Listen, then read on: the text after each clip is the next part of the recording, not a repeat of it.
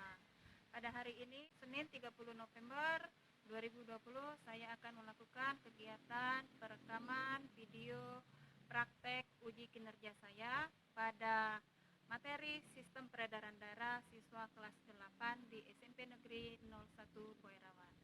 Berikut videonya. Matahari bersinar, ku gendong tas merahku di pundak. Selamat pagi semua, ku nantikan dirimu di depan kelasmu, menantikan kami guruku. Assalamualaikum.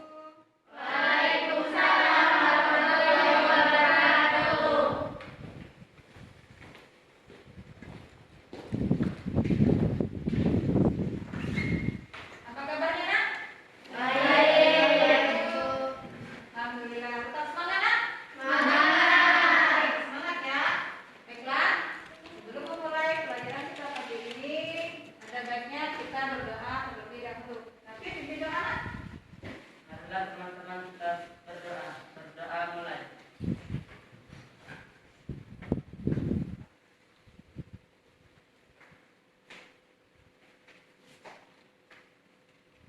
Selesai. Oke, terima kasih, Pin. Bawa absen dulu ya. Sepertinya tidak hadir. Siapa yang tidak hadir, Nak? Siapa, Nak? Apa keterangannya? Sakit. Satu. Oh ya, oke. Yang lain hadir semua ya? Oke, baiklah, Nak. Minggu kemarin, Nak, kita belajar mengenai zat aditif. Nah, menurut kalian, kalau orang yang suka mengkonsumsi zat aditif itu kira-kira ada pengaruh tidak sama peredaran darahnya? Ya, Siti? Ya, karena jantung bekerja lebih cepat dalam memompa darah. Karena jantung lebih cepat memompa darah. Ya, 100 ya untuk Siti, Nak ya. Benar, Nak ya? Jadi kalau orang mengkonsumsi zat aditif itu akan merusak peredaran darah. Kenapa? Karena hormon ketokolamin itu akan meningkat. Nah, jadi dengan meningkatnya hormon itu akan memacu kerja jantung. Jadi kalau jantung itu bekerja terus-menerus, dia akan lelah. Lama-lama akan merusak jantung. Bisa juga berakibat fatal. Kalau di otot jantung ini sudah rusak, dia bisa rusak, bahkan orang itu bisa meninggal. Itu jadi akibat dari orang mengkonsumsi zat aditif. Oke, sekarang coba kalian perhatikan ini, Nak.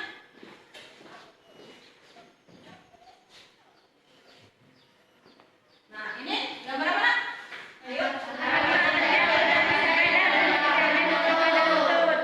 Ada anak terjatuh dari sepeda, akibatnya lututnya luka.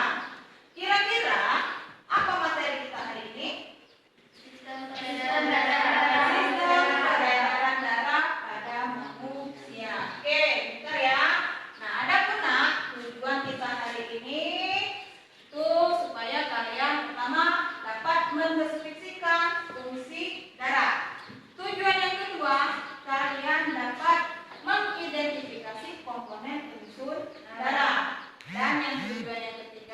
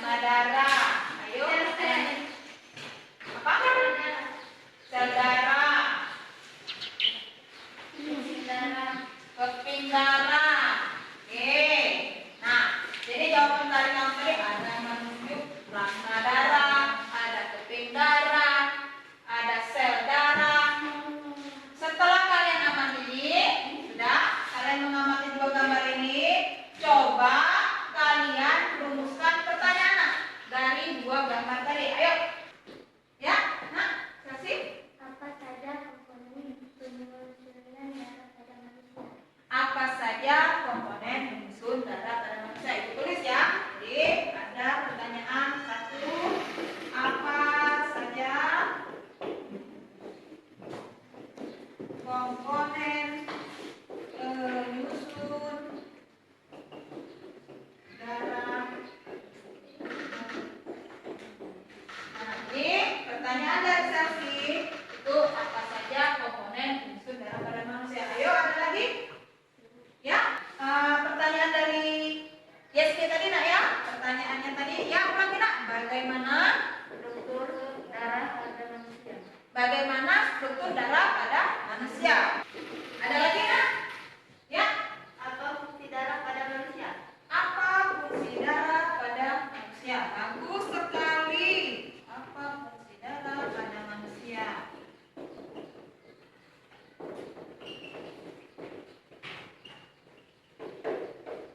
Ya, ada lagi nak? Ya, nak, coba nak. Bagaimana karakteristik komponen penyusun darah pada manusia? Bagaimana karakteristik penyusun darah pada manusia? Bagus-bagus sekali anak ibu ya memberi pertanyaan. Bagaimana karakteristik komponen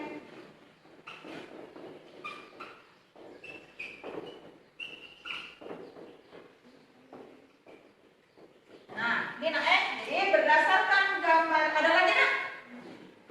Ada lagi? Tidak ada.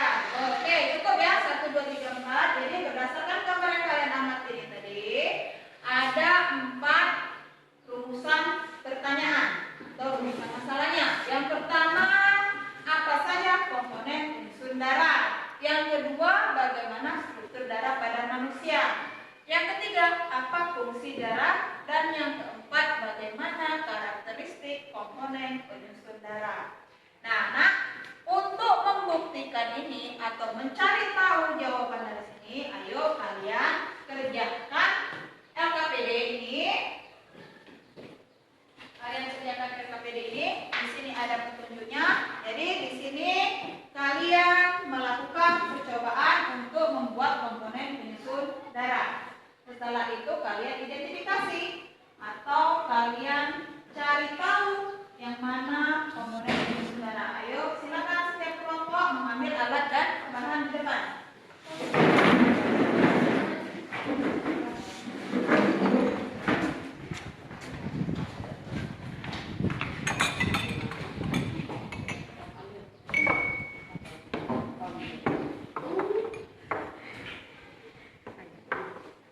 Setiap kelompok sudah dapat semua? Nah, ini LKPD-nya. Cara kerjanya kalian baca petunjuknya ini. Yang tidak tahu tanya sama guru ya. Lalu kalian lanjut isi pertanyaan yang ada di LKPD tersebut. Ini ada bahan ajarnya untuk kalian baca-baca selain buku yang kalian bawa.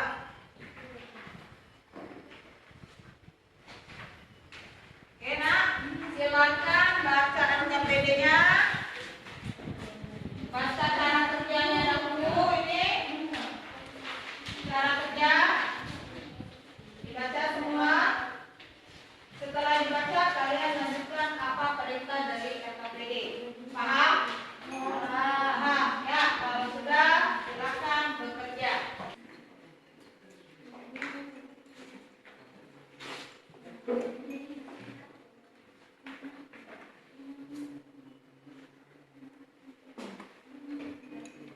Minyak 5 mili.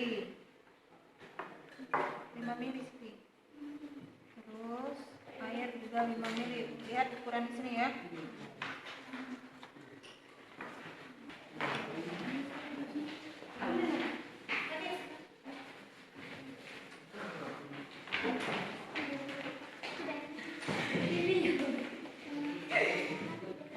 Salah nak, ini kan 5 mili.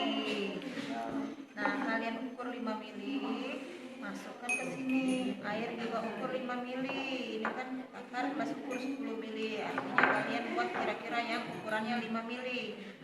setelah ini air 5 mili, minyak 5 mili, baru dimasukkan di dalam tabung reaksi. Ngerti?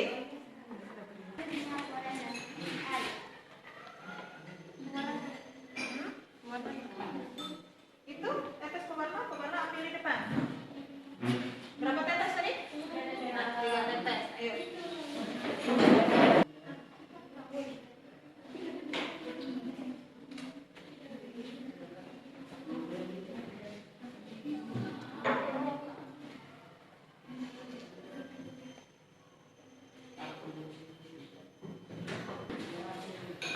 Kalau sudah ditetes pewarna, kalian goncang sampai rata.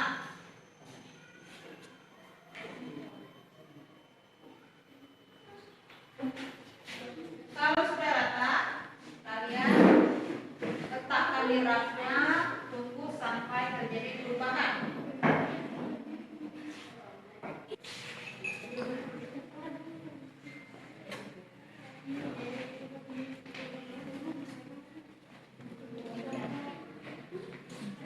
Ayo dapat rapihkan ini, Pin. Ratakan, Pin. Jangan sampai Pin.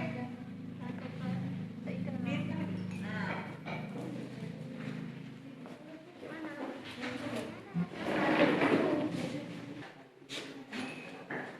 Sudah melakukan percobaannya, nak? Kalau sudah, kalian amati. Nanti itu akan terjadi apa? Lanjut, kalian isi pertanyaan yang ada di KPD ini ya. Kalau dia sudah terjadi perubahan bentuk atau terjadi berbagai macam warna.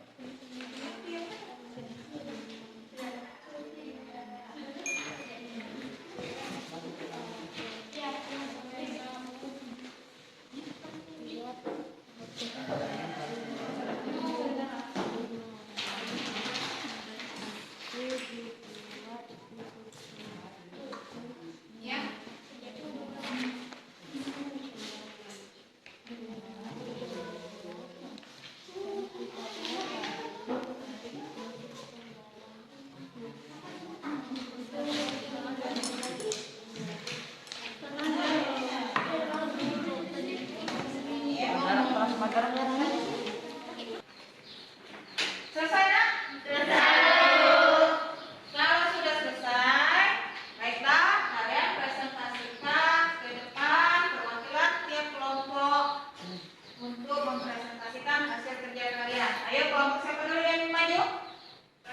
Ya, oke nak? Silakan. Kelompok berapa? 3. Oke, kelompok 3. Ayo yang lain perhatikan. Kelompok 3 akan mempresentasikan hasil kerjanya. Yang lain perhatikan, nak. Assalamualaikum warahmatullahi wabarakatuh. Waalaikumsalam warahmatullahi wabarakatuh. Saya dari kewakilan kelompok 3 ingin presentasikan hasil diskusi kami. Lapisan yang terbentuk dalam tabung reaksi. 1. Cairan berwarna kuning atau plasma darah. Tinggi lapisan 2,5 cm. 2. Endapan di tengah atau sel darah putih 0,5 cm. 3. Cairan berwarna merah atau eritrosit 2,2 cm. Yang di atas adalah cairan berwarna kuning atau plasma. Yang di tengah sedikit endapan di tengah atau sel darah putih dan trombosit atau keping-keping darah. Sedangkan yang di bawah adalah cairan merah atau eritrosit. 1. Komponen apa sajakah yang menyusun darah pada sistem peredaran darah manusia? Sebutkan komposisi masing-masing komponen penyusun darah tersebut. Komponen penyusun darah terdiri dari A. Plasma darah komposisinya 5,5%. B. Sel darah 45% yang terdiri sel darah putih dan trombosit atau keping-keping darah. Komponen penyusun darah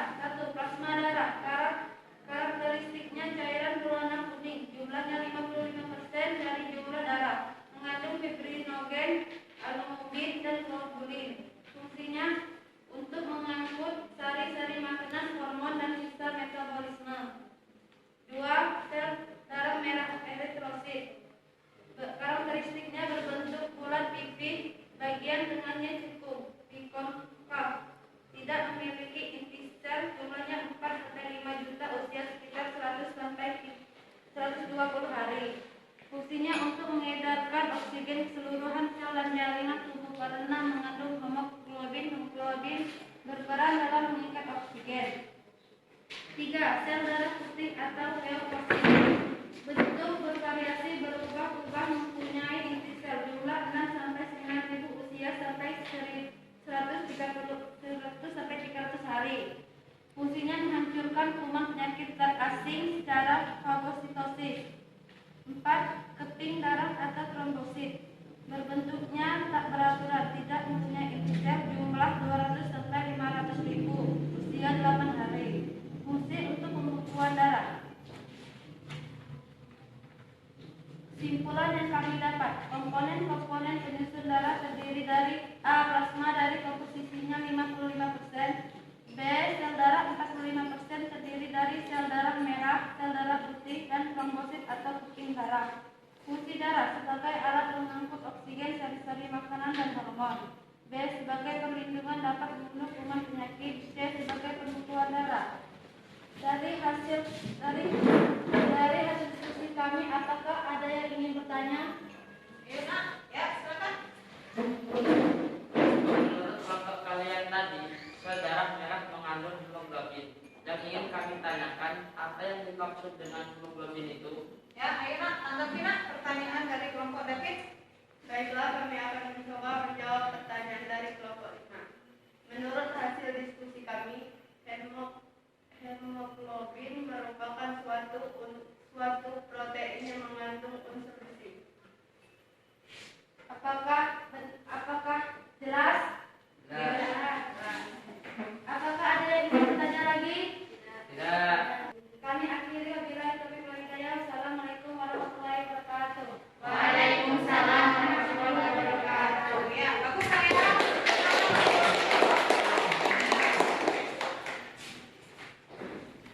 Yuk, selanjutnya kelompok siapa yang ingin maju? Ya, kelompok 2. Silakan nak. Yang lain perhatikan kelompok 2 tampil selanjutnya.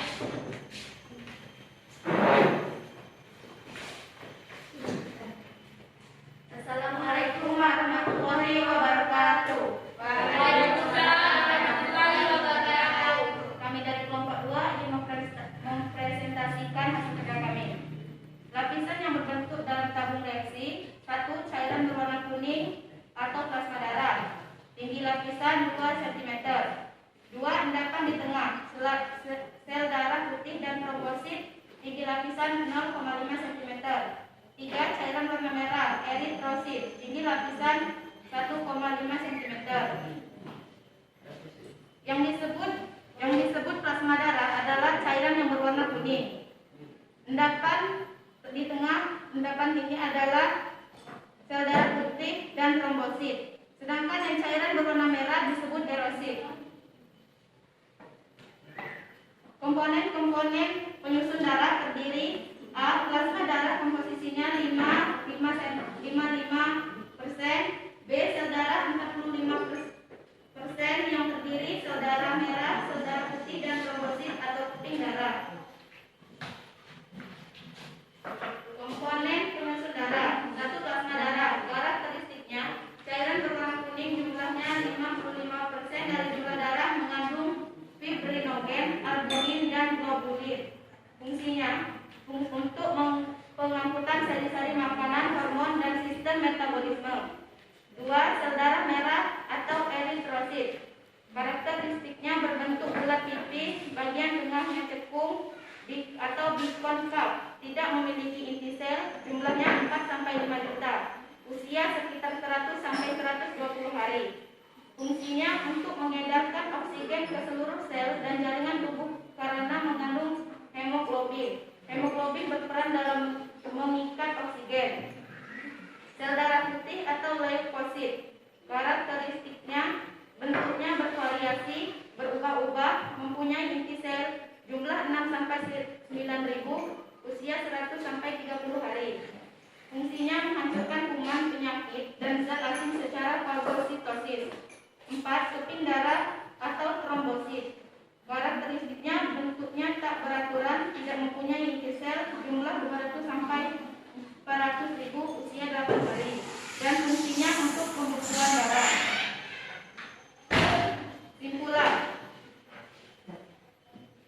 Kesimpulan yang kami dapat, komponen-komponen penyusun darah terdiri A. Plasma darah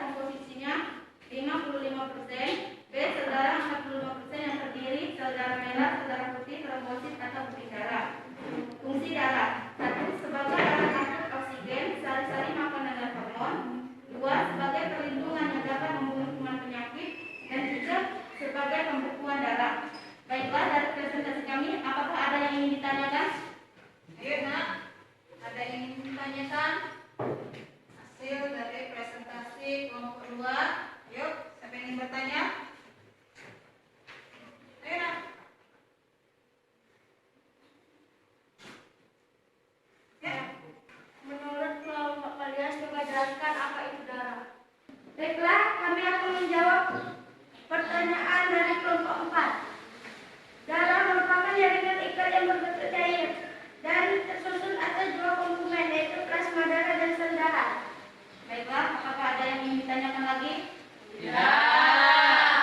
Oke, terima kasih. Cukup sampai sini saja presentasi kami. Kami akhiri. Wabillahi taufiq wal hidayah. Wassalamualaikum warahmatullahi wabarakatuh. Waalaikumsalam warahmatullahi wabarakatuh. Ya, bagus sayang. Ayo, selanjutnya kelompok siapa lagi? Assalamualaikum warahmatullahi wabarakatuh. Waalaikumsalam warahmatullahi wabarakatuh. Kami dari kelompok 5 ingin mempresentasikan hasil diskusi kami yang akan dibacakan oleh Septi.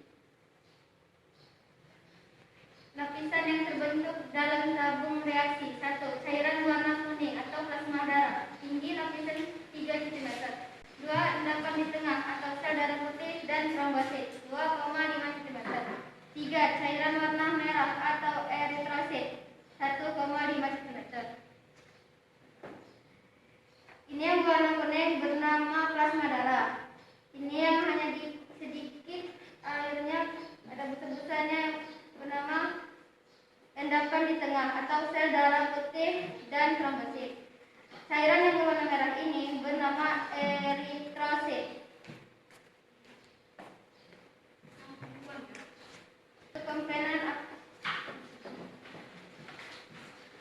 Komponen penyusun darah. 1. Plasma darah. Karakteristiknya: cairan warna kuning jumlahnya 55% dari jumlah darah, mengandung fibrinogen, aluminium, dan globulin. Fungsinya untuk pengangkutan sari-sari makanan, hormon, dan sisa-sisa metabolisme. 2. Sel darah merah atau eritrosit berbentuk bulat tipis, bagian tengahnya jungkung atau bikonkav. Tidak memiliki inti sel, jumlahnya 4-5 juta, usia sekitar 100 sampai 120 hari. Fungsinya untuk mengedarkan oksigen dan ke seluruh sel dan jaringan tubuh karena mengandung hemoglobin. Hemoglobin berperan dalam meningkat oksigen. 3. Sel darah putih atau leuksit. Bentuknya bervariasi, berubah-ubah, mempunyai inti sel, jumlah 6-9 juta, usia 100 sampai 300 hari. Fungsinya menghancurkan kuman, penyakit, dan zat asing secara fagositosis. 4. Pin darah atau trombosit. Bentuknya tak beraturan, tidak mempunyai inti sel, jumlah sampai 400.000, usia 8 hari. Fungsinya untuk pembukuan darah. Baiklah, dari presentasi kami ini, apakah ada yang ingin bertanya? Tidak. Kalau begitu, sampai sini presentasi kami. Kami akhiri. Wabillahi taufiq wal hidayah. Assalamualaikum warahmatullahi wabarakatuh. Waalaikumsalam warahmatullahi wabarakatuh. Ayo nak, diputar nak.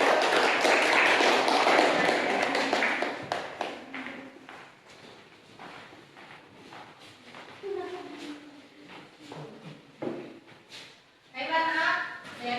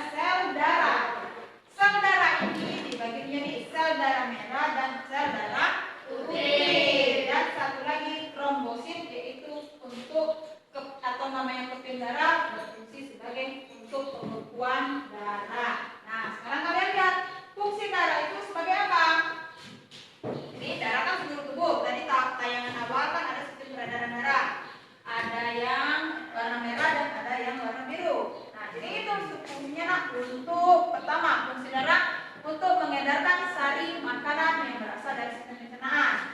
Kalian makan, halus sudah diserap sama usus halus, nah sama sari-sari makanan yang sudah halus ini tadi, nah diedarkan atau dibawa darah ke seluruh tubuh ya supaya jadi energi kalian untuk kita beraktivitas. Nih fungsi darah yang kedua ini sebagai apa nak?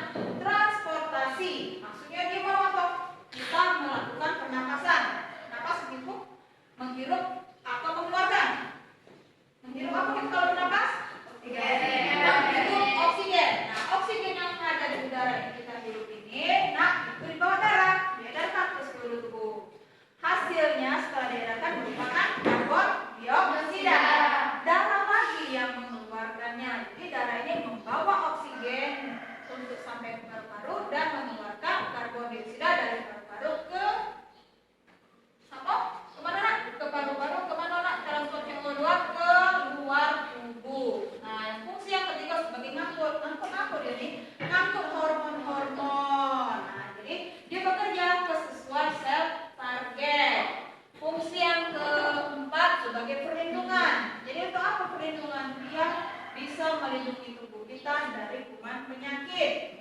Dan fungsi yang kelima darah ini sebagai pengatur, atur suhu tubuh kita, atur keasaman, atur suhu itu si darah. Nah sekarang kalian lihat komponen darah tadi ada apa? Sel darah dan ada plasma. Sel darah ada sel darah merah, sel darah putih dan pink darah. Jadi kalian sudah tahu kan praktek tadi? Nah ini yang hasil praktek kalian tadi kuning, ini namanya plasma. Ada bagian kata kamu ada endapan sedikit-sedikit besar, itu campuran nak mengandung sel darah putih dan trombosit pink darah. Ini lebih kurang gambarnya sel darah merah, ini sel darah putih dan ini pink darah. Nih yang bagian bawah ini sel darah merah. Jelas sampai sini? Jelas. Iya nak? Ada yang ditanyakan? Tidak. Baik anak, siapa yang dapat menyimpulkan kegiatan belajar kita pada hari ini? Ya, Sri. Komponen unsur darah terdiri dari A. Plasma darah, komposisinya 55%. B. Sel darah 45% yang terdiri dari sel darah merah, sel darah putih, dan trombosit. Fungsi darah 1. Sebagai alat angkut oksigen, sari-sari makanan, dan hormon. B. 2. Sebagai perlindungan yang dapat membunuh kuman penyakit. 3. Sebagai pembekuan darah. Ya, bagus ya. Jawaban dari sini ya. Itulah kesimpulan kita pada belajar hari ini. Kita tahu komponen darah dan fungsi darah. Ada yang ingin ditanyakan lagi? Tidak. Kalau tidak ada, peralatannya letakkan.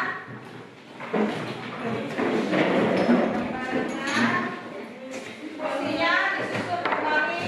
Fungsinya disusun kembali. Oke, kalau tidak ada yang ditanyakan, sekarang kalian coba kerjakan dulu soal berikut. Punya coba ditutup dulu nak, biar ibu melihat sejauh mana kalian dapat menyerap pelajaran kita pada hari ini ya. Gimana ya?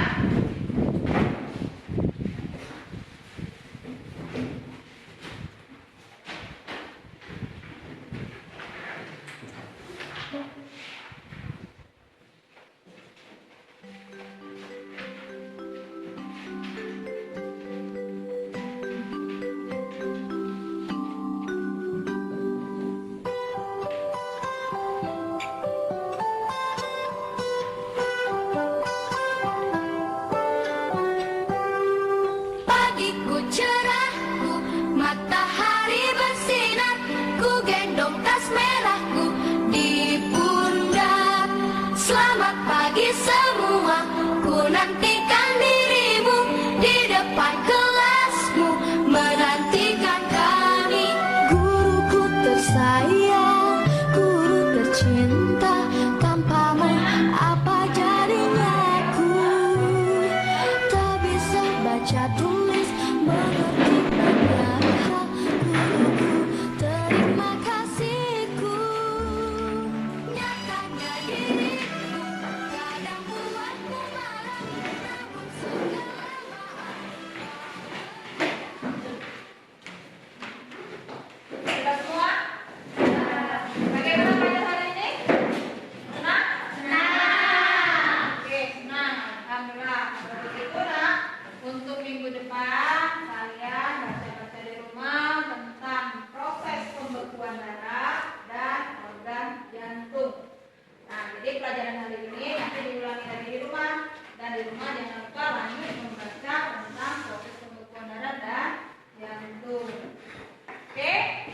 tidak ada lagi